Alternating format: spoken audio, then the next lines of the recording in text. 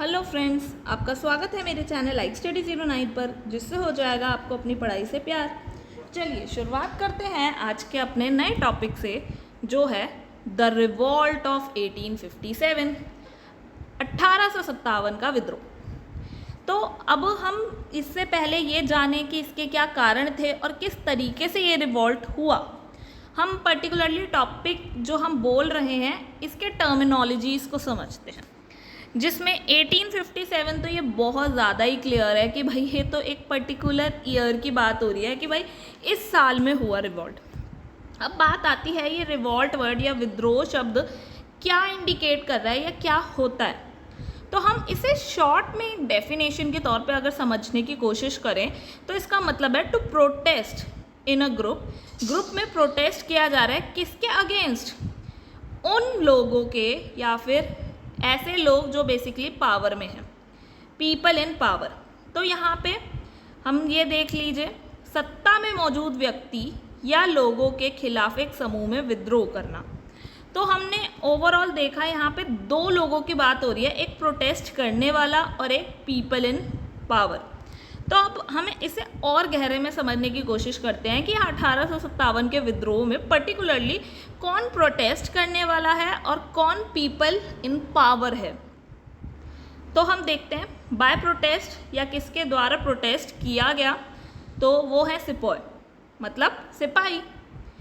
उसमें कौन सी सिपाही, इन्फेंट्री और कार्वेलरी, मतलब पैदल सैनिक और घुड़सवार सैनिक। ठीक है, तो मतलब एक तरह से सारे सैनिक जो हैं वो प्रोटेस्ट कर रहे हैं किसके खिलाफ। तो अभी हम बात कर रहे हैं जो सत्ता में बैठे लोग, पावर में जो हैं वो कौन है, गवर्नमेंट में कौन, ईस्ट इंडिया कंपनी, इसके खिलाफ सिपाही हैं, आम जनता है, रूलर्स मतलब वहाँ के शासक हैं जो उनके खिलाफ हैं।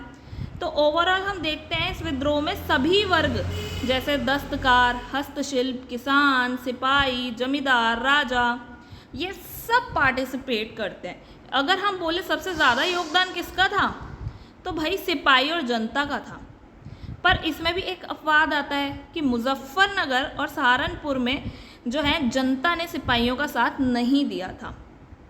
इस अपवाद को छोड़कर अगर हम देखें तो तकरीबन हर वर्ग ने इसमें पार्टिसिपेट किया।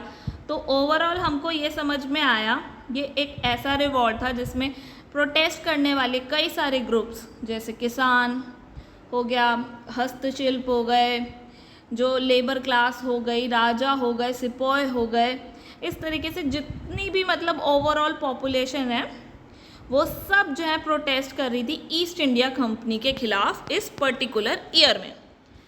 अब पॉइंट ये आता है कि भाई ये रिवॉल्ट जो हुआ ये पर्टिकुलरली हुआ ही क्यों, लोगों के मन में इतना भी रोष क्या था जो पर्टिकुलरली 1857 में ऐसे फूट गया। तो उसको जानने के लिए हमें काफ़ी सारे रीजंस पे जो हैं डिस्कशन करना पड़ेगा, जैसे पॉलिटिकल हो गया, एडमिनिस्ट्रेटिव कॉजेस हो गए, हम सोशल और रिलीजियस कॉजेस भी देखेंगे। इसी तरह हम देखो इकोनॉमिक कॉजेस के बारे में भी बात करेंगे, हम मिलिट्री कॉजेस की भी बात करेंगे।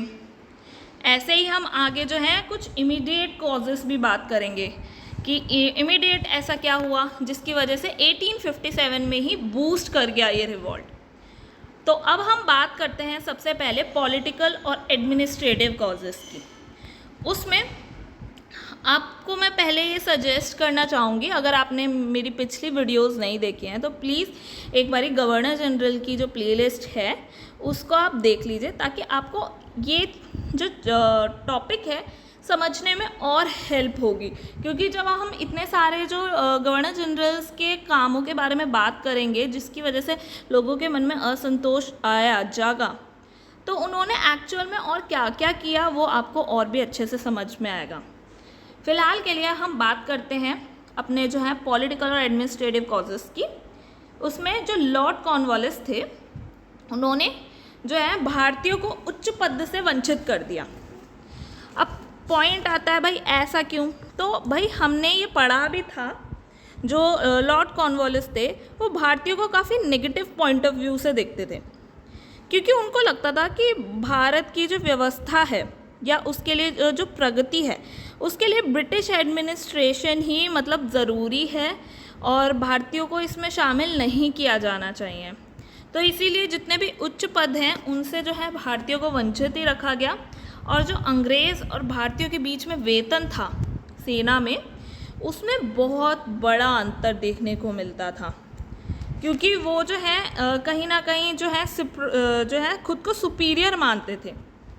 तो इस वजह से जो है सेना में भी उनकी सैलरीज़ में काफ़ी डिफरेंस रखा जा रहा था, जिस वजह से जो वहाँ की आर्मी थी, जो जितने भी सैनिक थे, वो काफ़ी असंतोष में आ गए थे कि भाई अब जो है चीज़ें टॉलरेट करना मुश्किल हो रहा है।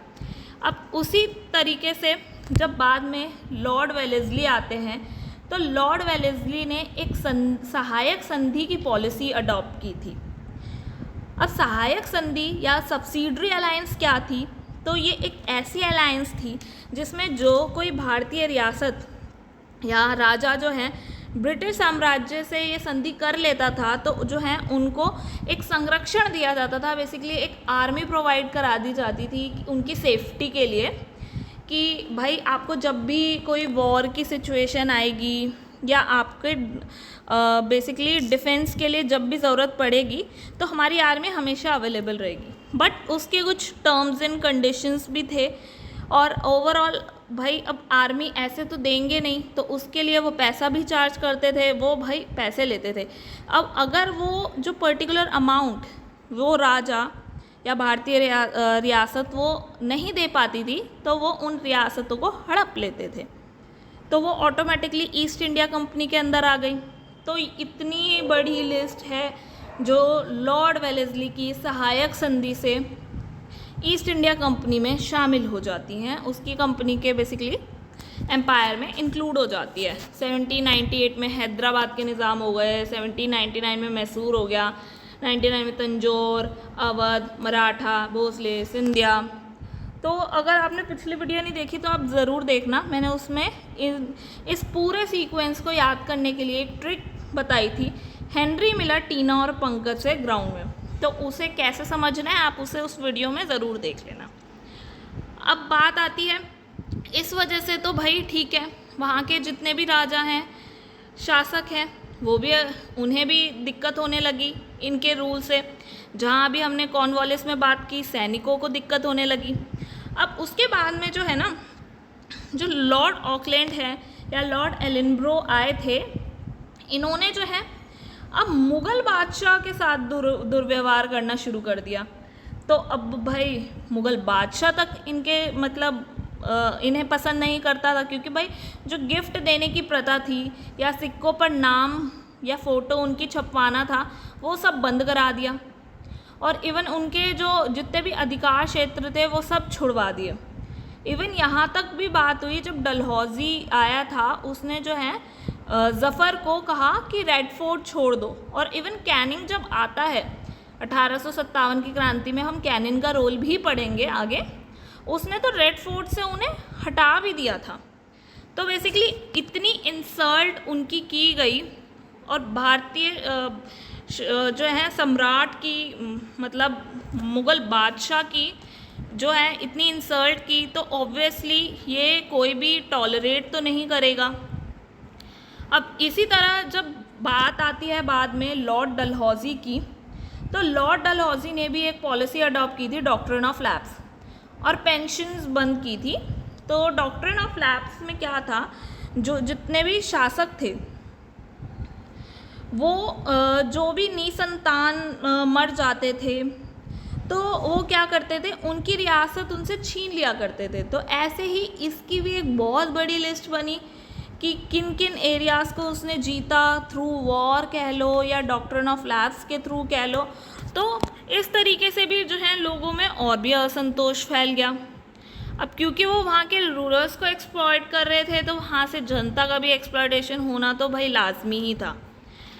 ऐसे ही जब डलहौजी अपने टाइम पीरियड में एक इनाम कमीशन लेके आता है बॉम्बे में 1852 में, उसमें क्या होता है, जो भी लैंड कभी इनाम के तौर पर टैक्स फ्री दी जाती थी, उनकी अब उसने जांच करवाई और ऐसी 35,000 जागीरों की जांच करा के 20,000 जागीरें तो उसने जब्त कर ली और अब जो है वो अपने रेवेन्यू में इंक्लूड करने लगा, उनसे बेनिफिट लेने लगा।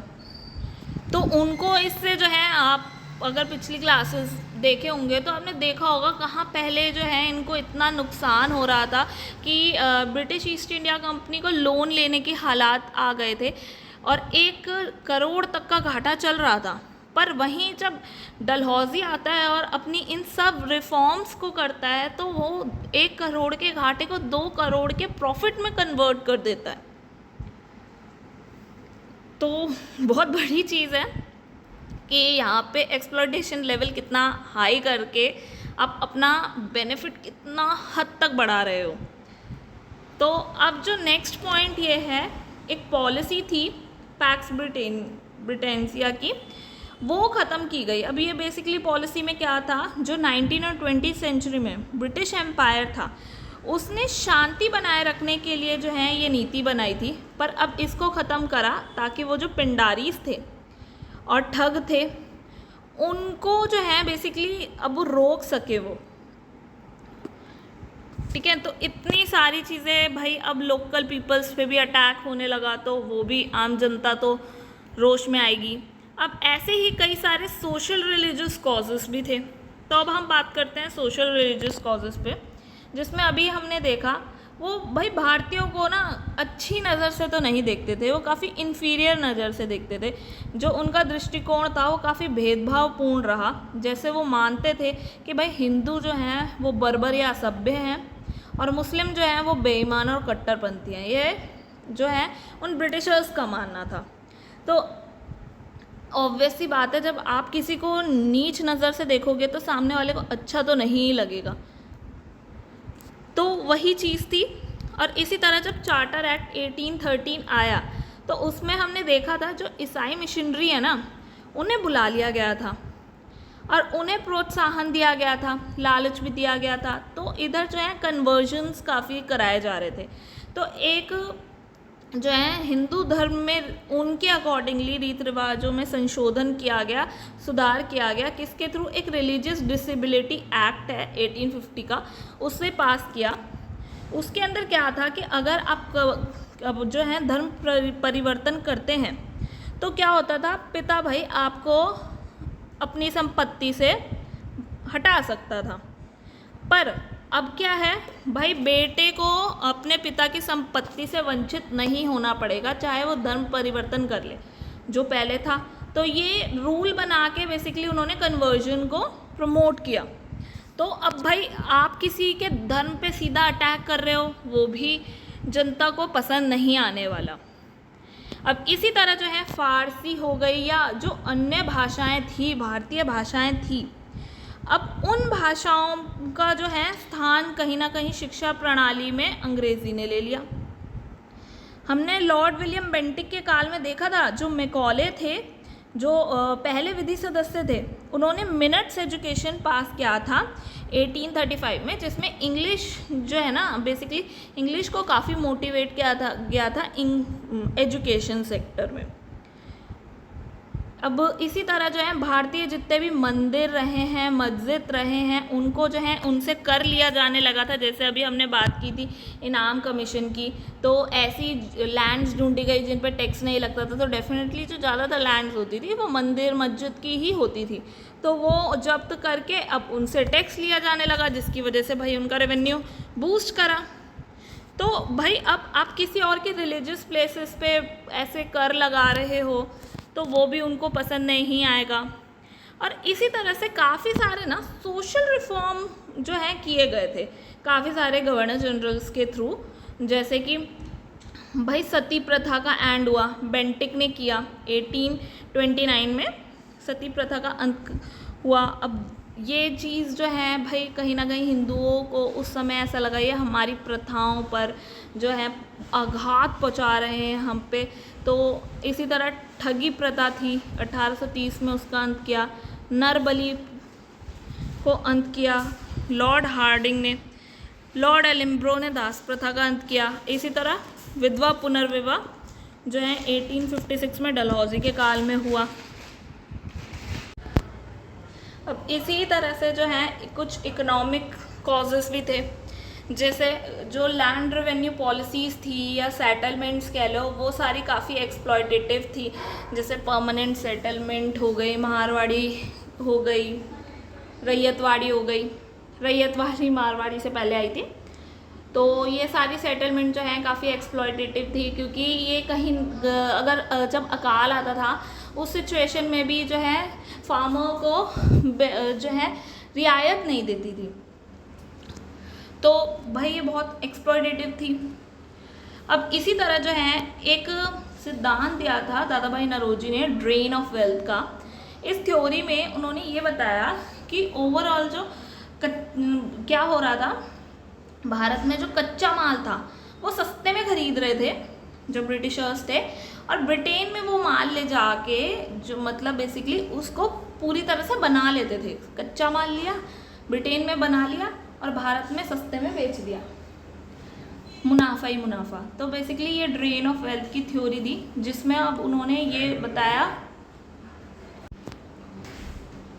जैसे देखो 1800 से 1899 तक में ये एक डेटा है कि भाई जो टैक्सेस थे किस तरह से जो है इम्पोज करे जा रहे थे एक्सपोर्ट में और इम्पोर्ट में। तो जो मलमल था उस पर 27% लग रहा है, सूती पे 71, रेशम पे तो 90%। और वहीं जो जब बात आ रही है इम्पोर्ट की तो सूती सिर्फ 25%, ऊन 2%। यहाँ आप अंतर देख सकते हो, सूती जहाँ 71% पर है, यहाँ 2.5%, 25 भी नहीं 2.5%, तो इतना कम। तो वही है, इसी कारण से जो है भारत में जो कुटीर उद्योग थे अब वो बर्बाद हो रहे थे, और शिल्पकार और हस्तकारों का काम बर्बाद हो रहा था, क्योंकि अब यहाँ के बनाए प्रोडक्ट को यूज़ क्यों करेगा जब वो वहाँ से आ रहे हैं इतने लार्ज अमाउंट में, मशीनों से बनकर आ रहे हैं, सस्ते में उन्हें भी जो है कहीं ना कहीं मिल जा रहे हैं। तो कोई ये कॉस्टली प्रोडक्ट्स क्यों खरीदेगा? इसी वजह से जो भारत का खुद का उद्योग था वो ख़त्म होता जा रहा था। इतना नुकसान जो है इकोनॉमी में इस वजह से भी हो रहा था। तो हर तरह के वर्ग को कहीं ना कहीं इनके जो रूल थे उनसे काफ़ी ज़्यादा परेशानी हो रही थी।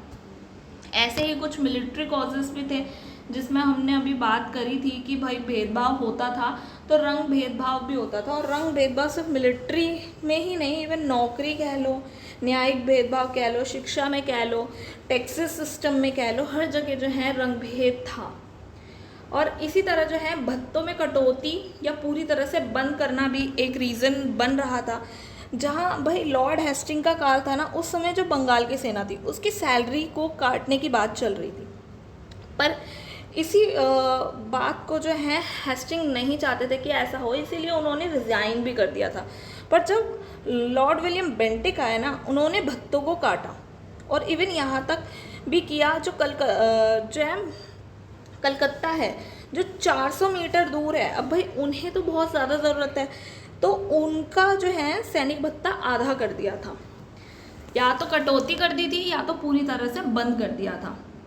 अब ऐसे ही जो डलहौजी ने पोस्ट ऑफिस एक्ट जो है पास किया था 1854 में, उसमें जो है सिपाहियों को काफ़ी लंबे समय तक जो है मिल रही निःशुल्क डाक विशेषाधिकार था वो वापस ले लिया था। अब जो है उन्हें जब भी डाक भेजना होता था अपने फैमिलीज़ को, तो उसके लिए काफ़ी ज़्यादा जो है ज़्यादा प्राइस पे करना पड़ता था, जहाँ वो पहले फ्री में कर सकते थे। तो ये सुविधा तो मिलनी चाहिए थी, पर अब जो है उनसे वो ये सुविधा छीन ली गई। तो ऑब्वियस सी बात है, ये भी जो है उनके मन में गुस्सा पैदा करेगी। अब इसी तरह जो है कंपनी की जो सेना थी उसमें संख्या में भी बहुत बड़ा अंतर था। अब जो 20% सेना थी वो ब्रिटिशर्स की थी, और 80% जो थी वो इंडियन अपॉइंट हुए हुए थे। फिर भी आप सैलरी में देखो 7 रुपये पर मंथ मिल रहा है इंडियन को, और ब्रिटिशर को मिल रहा है 21 रुपये पर मंथ, 3 गुना ज़्यादा इंडियन से। जबकि रेशो सिर्फ 20% है, सिर्फ 20% रेशो पर ही इतना बड़ा डिफरेंस। इसी वजह से क्या हुआ, जब 1844 था उसमें फिरोजपुर में 64 जो रेजिमेंट थी उसमें दोगुना वेतन की डिमांड की गई कि कम से कम भाई तुम हमें दोगुना वेतन तो दो। हम ये नहीं कह रहे कि तुम हमें 21 रुपये दो, तुम हमें 14 रुपये दे दो। इसी तरीके से जो सिपाही हैं उनकी भी प्रतिष्ठा में काफ़ी अंतर था, क्योंकि जो है ग्रुप्स जो बनाते थे उसमें नाम भी ऐसे ही रखते थे, प्रेस्टीजियस विंग, लोकल ड्रॉप, जबकि जो नंबर्स हैं आप खुद देख सकते हो कितना डिफरेंस है। फिर भी प्रेस्टीजियस विंग और लोकल ड्रॉप कितना डिफरेंस दिखा रहा है।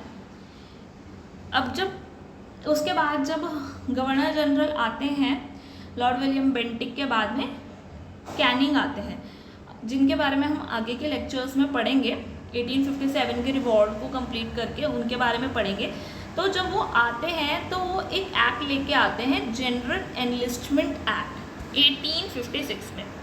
इसमें क्या होता है, भारतीय सिपाहियों को भारत से बाहर युद्ध करने के लिए भेजा जाता है, बोला जाता है, जिसमें क्या होता है, जहाँ हिंदुओं द्वारा समुद्र पार करना उस समय अशुभ माना जाता था और उन्हें बाहर जाने के लिए बोला जाता है। तो इसी का एक एग्जाम्पल था 1824 में जो है बेशकपुर में 47वीं रेजिमेंट थी, उन्हें बर्मा जाने के लिए कहा गया। अब भाई सैनिकों ने तो मना कर दिया कि भाई हम तो बाहर नहीं जाएंगे, समुद्र पार नहीं जाएंगे, तो अंग्रेज़ों ने उन्हें फांसी दे दी थी। ये एक इवेंट था जो उससे पहले था, पहले भी लोग मना करते थे। अब क्या हुआ, भारतीय सिपाहियों में धर्मों के रीति रिवाज का भी ख्याल अब नहीं रखा जा रहा था, इवन ये भी सिचुएशन आ गई थी। इसी वजह से वेल्लोर में विद्रोह भी हुआ था 1806 में। इसके बारे में हमने पढ़ा था जब हमने सर जॉर्ज बार्लो के बारे में पढ़ा था। इस समय क्या हुआ था, जो सिख थे उन्हें पगड़ी पहनने के लिए और जो उनका टीका है, टीका लगाने के लिए मना कर दिया था। इस वजह से जो है वहाँ के सेना ने जो है विद्रोह कर दिया था कि हमारे जो है धर्म के रीति रिवाजों के खिलाफ आप जा रहे हो। और जो सबसे कहते हैं ना उस समय का एकदम इंसिडेंट जो है बिल्कुल तुरंत वाला कारण जो बना, इमीडिएट कॉज, वो था 1856 में। क्या हुआ, एक लोहे की पहले ना पुरानी बंदूक हुआ करती थी जिसका नाम था ब्राउन बेस, उसके रिप्लेसमेंट में एक नई जो है बंदूक आई थी, वो थी एनफील्ड राइफल। ठीक है, अब उसमें माना जाता था कि गाय और सूअर की चर्बी थी, तो वो तो भैया हिंदू मुसलमान दोनों के लिए भाई अब उनके धर्मों पे बिल्कुल ही कट्टर प्रहार कर दिया। तो ऑब्वियस सी बात है, अब उन्होंने मना कर दिया कि हम इसे मुंह से तो नहीं छीलेंगे, हम इसे मुंह से नहीं करेंगे। तो ये चीज़ भी ऑब्वियस सी बात है, ईस्ट इंडिया कंपनी को बर्दाश्त होनी ही नहीं थी, ब्रिटिशर्स को मानना ही नहीं था। अब इसी तरह जो है ये सारे कॉजेस इस हद तक ले जाते हैं कि अब 1857 का विद्रोह हो ही जाता है। तो इसी तरह आज हमने काफ़ी सारे कॉजेस देखे, सारे कॉजेस को कवर किया और ये समझने की कोशिश की कि 1857 का रिवॉल्ट किन किन कारणों से हुआ होगा। तो आई होप आपको ये वीडियो अच्छी लगी होगी। Thank you for watching. अगर आपको ये वीडियो पसंद आए तो प्लीज़ लाइक, शेयर और सब्सक्राइब करें और नए अपडेट्स के लिए बेल आइकन को ज़रूर दबाएं। कमेंट्स में अपने फीडबैक, डाउट्स और सजेशन ज़रूर शेयर करें। मिलते हैं नेक्स्ट वीडियो में, तब तक के लिए गुड बाय।